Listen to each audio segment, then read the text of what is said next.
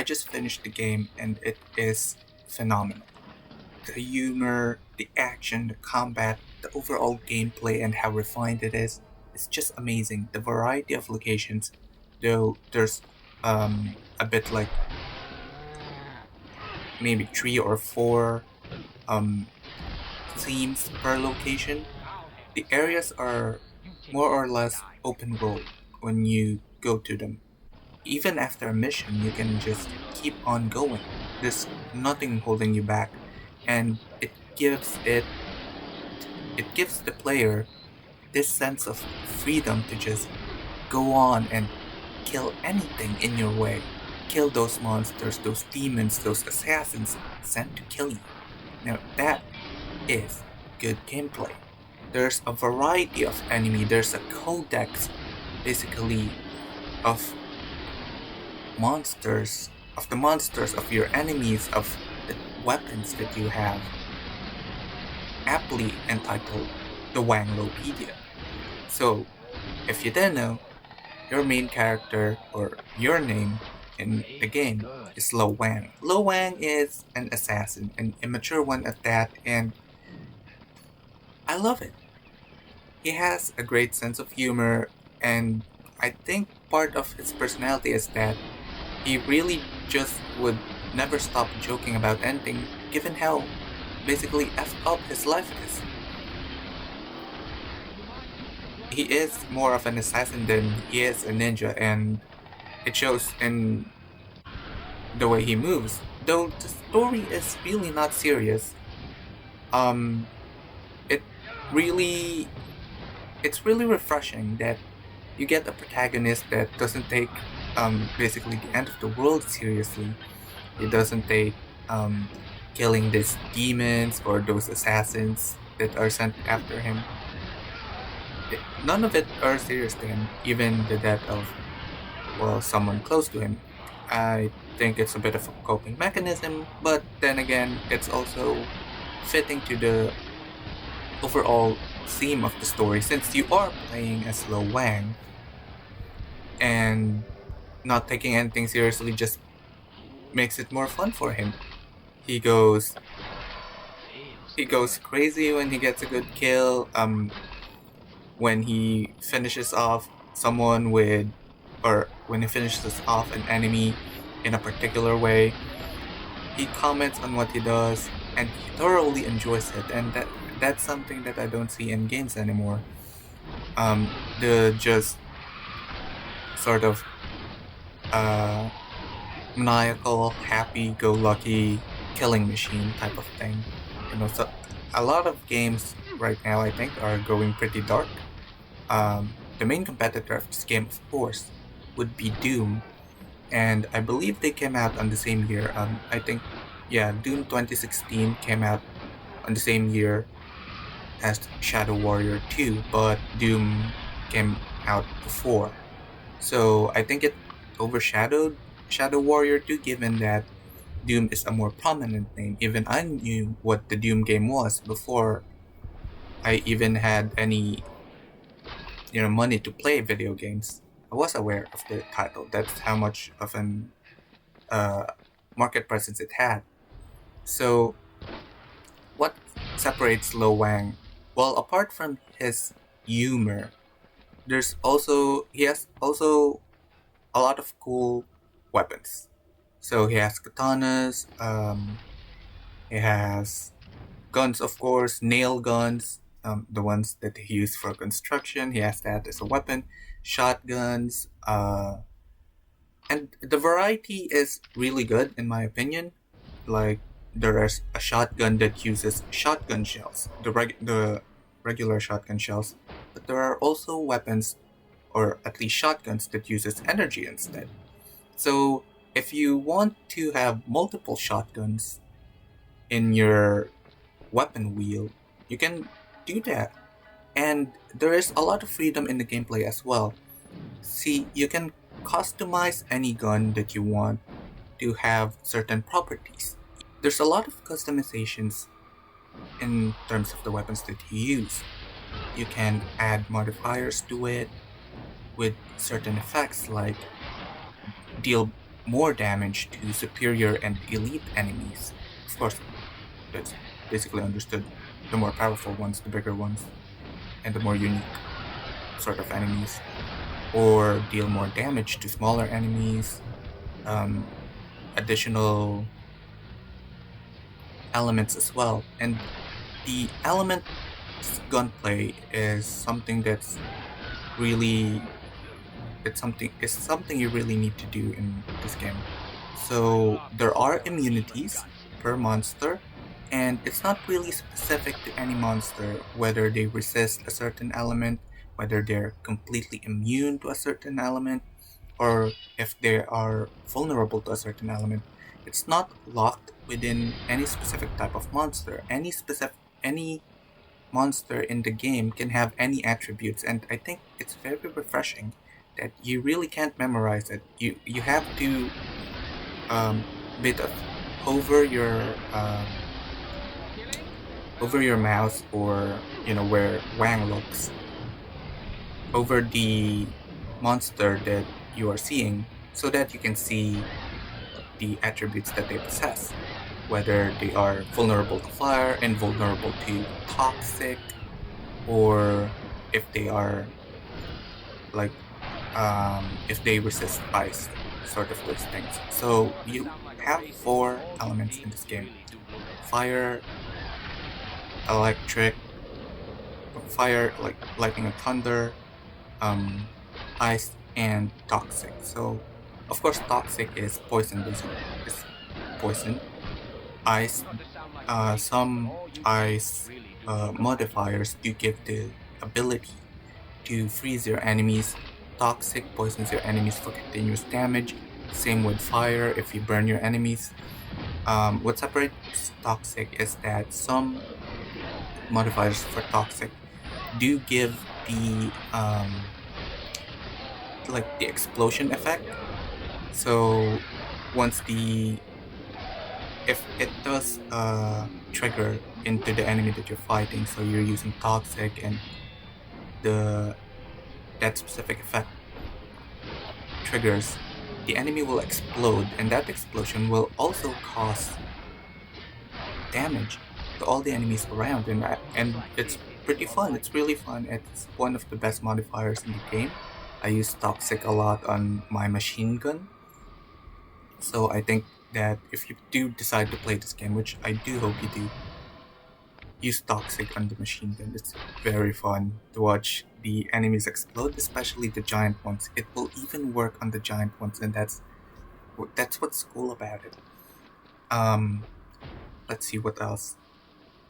So for the lightning, it does cause stun. You can stun enemies with the lightning imbued weapons, and of course that will also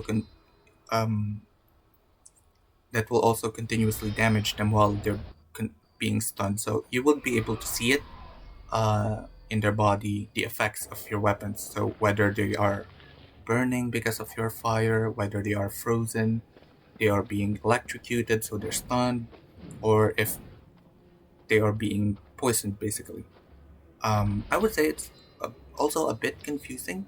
Like if, say, one enemy has the ice attribute, so that enemy deals ice damage. It gets quite confusing. Like if you are fighting one enemy with a certain attribute like ice, and then you're freezing another enemy that doesn't have that attribute, it does get a bit confusing. So of course, if that enemy has an ice attribute, he would most likely have either a resistance or a complete immunity to ice. So it's sort of hard to juggle the weapons in that perspective, trying to freeze one enemy and then the other enemy being resistant or immune to ice. However, I only encountered that in the start. It's really fun to juggle weapons, like just continuously, switch through weapons, try it all out, like bombard your enemy with non-stop bullets, shotgun shells, energy blasts. There are high-tech weapons in the game, and there are also weapons that looks really demonic. You will see it here in the gameplay. One of my favorite rifles looks really demonic, and there are a lot of katanas in the game as well, a lot of swords, and these are all very fun. So juggling your weapons, it does get a bit of getting used to. However, that is part of the fun, especially near the end of the game. Um, you will be you will really need to switch your weapons a lot, and I just found it fun. It's perfect for a mouse and keyboard setup. It's a perfect PC game setup. I think that's what the developers really went for because it's so fun just changing weapons. What I did, and I would advise you to do, is to place your weapons of the same elements near each other so you really know it would really be easier to switch, or maybe just alternate per element if you want. There are physically immune enemies, but from what I remember, there aren't that many. I think some of the bosses have physical immunity, or maybe sub bosses. So yeah, that would depend on you. What I'm trying to say is, not all your weapons have to have a specific element or a certain element. That's up to you. You can still use the physical weapons most of the time, just as much as the elemental weapons. So yeah, it really gives you that sense of freedom to do as you please. You know, have fun in the way that you want to have fun. Fight the enemies you want to fight in a way that you want to fight them. Go for it, and I think that's great. Back to the um, mesh that I was talking about. So there was the setting of the story is that they did mesh the technology as well as the fantasy aspect of the game. So it's both sci-fi and fantasy in a way. And though it mostly doesn't um, really work, I think in most types of media, it works well in this game. It's not too convoluted, and because the game does have that, it's not really that serious because of Lo Wang and his humor, his perspectives, the way he speaks. You never really get this feeling of dread, and I think it's what separates it the most from Doom. And I haven't tried Shadow Warrior 3 yet. However, I do hope that they keep it up. But from what I've read, they did it. They really changed Lo Wang, and yeah, I'm not a fan of that. I haven't watched any Shadow Warrior 3 video yet.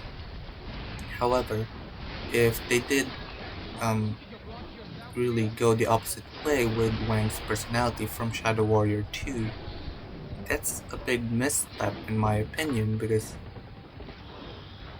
it's Wang's personality is a selling point. This should really be emphasized that he's completely different from Doomguy, from the Doom series. Um, he's a very relatable person. I would say that you may or may not hate him because he does tend to joke even, around deaths of people around him that he doesn't, some of his friends, he would just keep on joking about him. So yeah, I think you can say it's immature. Lo Wang gets called immature a lot in the game, and he's also a bit of a perv, which yeah, um, frenetic is the best word to describe the gameplay of Shadow Warrior 2. It's fast-paced. You're always going. You really need to keep moving, otherwise the number of enemies will just um, overwhelm you. You will get swarmed. You can get pinned to a wall basically, where you can't go anywhere. It's either you kill your enemies or you die in that corner because all of them are attacking you all at once. So I think that's really fun. I died a lot of times in that scenario.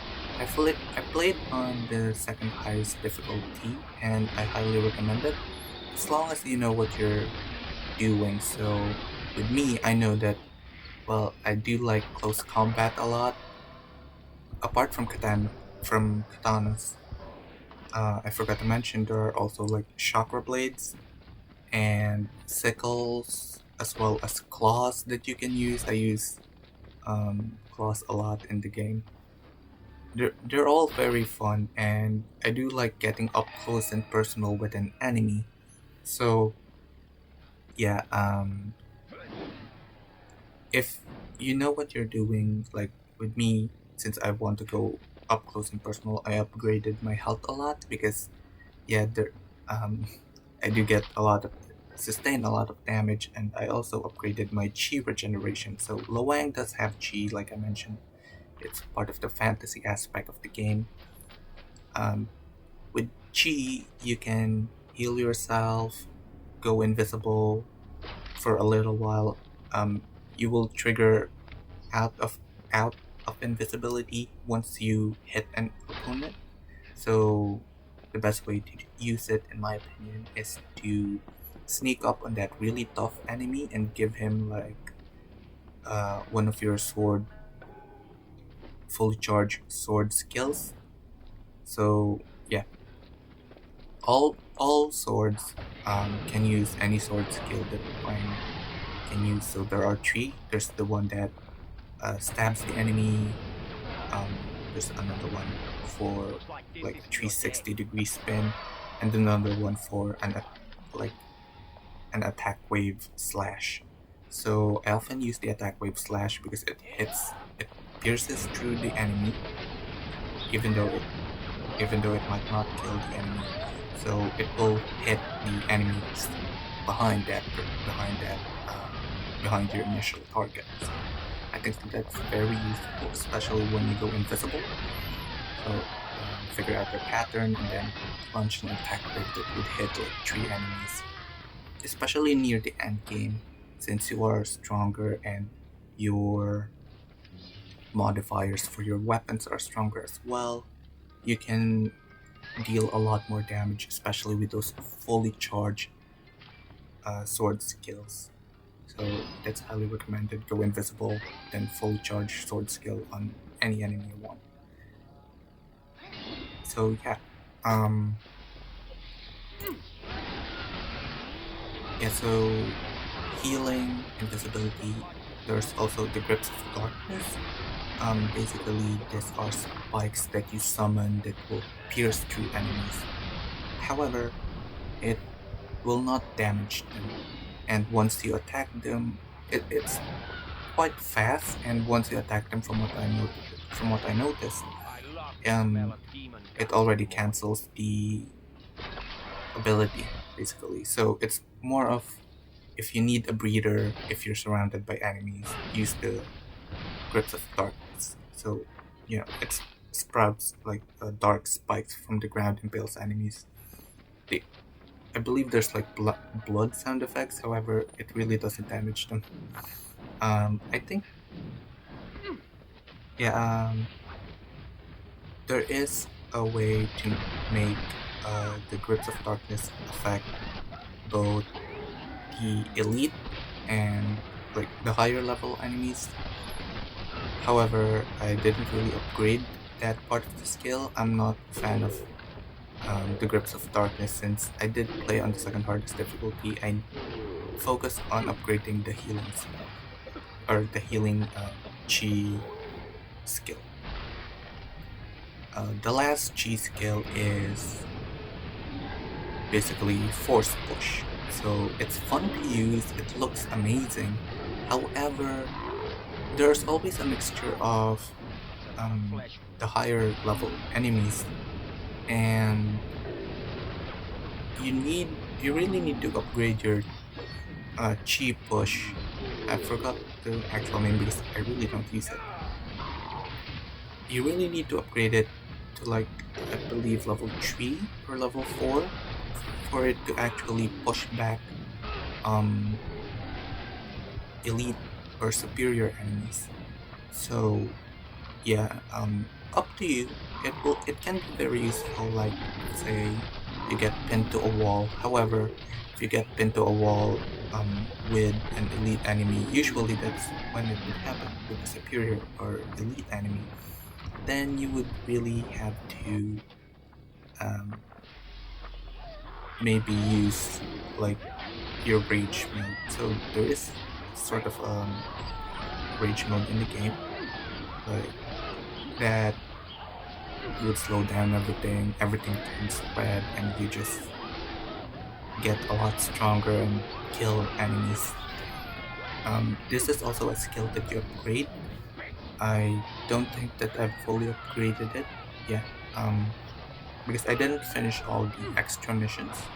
There are extra missions in the game, and even if you finish them, you can um, you can go back to them even once you already finished the story. However, these are the missions that are not like side stories. For the side story missions, you really need to um, pay attention to the story mission, because the story mission will tell you, oh, once you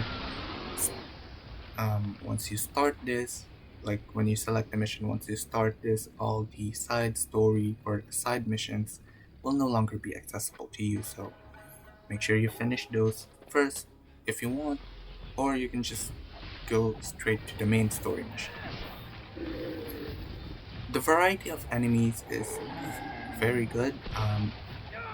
It's also there are annoying enemies as well as really funny ones. So also there are absurdly powerful enemies in the game, each with their own gimmick, with their own attack patterns. So yeah, they will all chase you. No problem there. And given how sometimes you're moving a little too fast in the forest or in the mountains, you might fall off the cliff and then die. So it happened to me quite a lot. And yeah, take care of, you are fast, but make sure you know where you're going. Yeah, there are collectibles throughout the game. So some weapons, I think I've gotten them from side story missions. Um, yeah, and then for some main story missions, you can choose which weapon you would get. I would advise just get whichever the one is stronger if you're playing on a harder difficulty. But if you're playing on maybe normal difficulty, then choose whatever weapon that you think is the coolest. Basically, the rule of cool is Lo Wang's personality. Anyway, it's basically his motto. So in life, so yeah, no problem there. And I really find it refreshing, especially after play. While I'm still struggling with Metro Last Light, it's really refreshing to have a first-person game that's not really serious. Um, Other first-person games I've played were Mirror's Edge and BioShock. Yeah, they're all quite serious. So yeah, Shadow Warrior 2 is very refreshing. It's fun. It's the gameplay is just perfect in my opinion. It's some would say that it gets repetitive, or it's the enemies are bullet sponges, and I would say I think all games at a certain point is repetitive. If you play the game for straight 6 hours, it's repetitive. Turn-based games are repetitive. Fighting games are a bit repetitive, but especially with niche. With fighting games, there are niche moves that are just basically some move that everyone spams because it's the best one, deals more damage. So yeah, don't play this like from start to finish in one day. I think you will not like that. I think that's for all games. I took my time with the game, like one or two missions a day, and it's fun. It's really fun. Um, the sort of open world aspect per mission is really good as well. I really like that. I never felt constricted. Whenever I get pinned to a wall, I really do panic because there are a lot of enemies. It takes a lot of enemies to pin you to a wall. Um, so yeah, but those are easily escapable if you move, if you just keep on moving. But sometimes you just want to slice and dice. What? Oh, interactions. So what I've seen here, I haven't seen Doom 2016 videos, I believe, but I have seen Doom Eternal videos, and Shadow Warrior 2. They also give you the chance to fight back using the environment. There are a lot of elemental explosives throughout the game, so if the enemy is coming at you, but you're a bit ahead, look back, shoot the barrel, it will explode in maybe 2 or 2.5 seconds and hit your enemy. A lot of times that actually saved me from while running away and trying to heal, because you don't heal fully. It takes a while for you to heal. So because if you can just heal yourself instantly, then it would just be too easy anyway. So yeah, use your environment and make sure that you are using the right weapons so that the enemies won't feel like they're bullet sponges, because really they're not bullet sponges. Use your melee weapons too. The chainsaw is amazing. I love the chainsaw. And a bit of a spoiler, you will also unlock like a chainsaw katana, and it's amazing. And yeah, you hear the chainsaw throughout. The game is really gory as well. There's a lot of blood. Whether it whether you're fighting demons or other assassins or other humans that present to kill you, you can bloody them as much as you want, even when they're already dead. So the corpse will remain there for quite some time.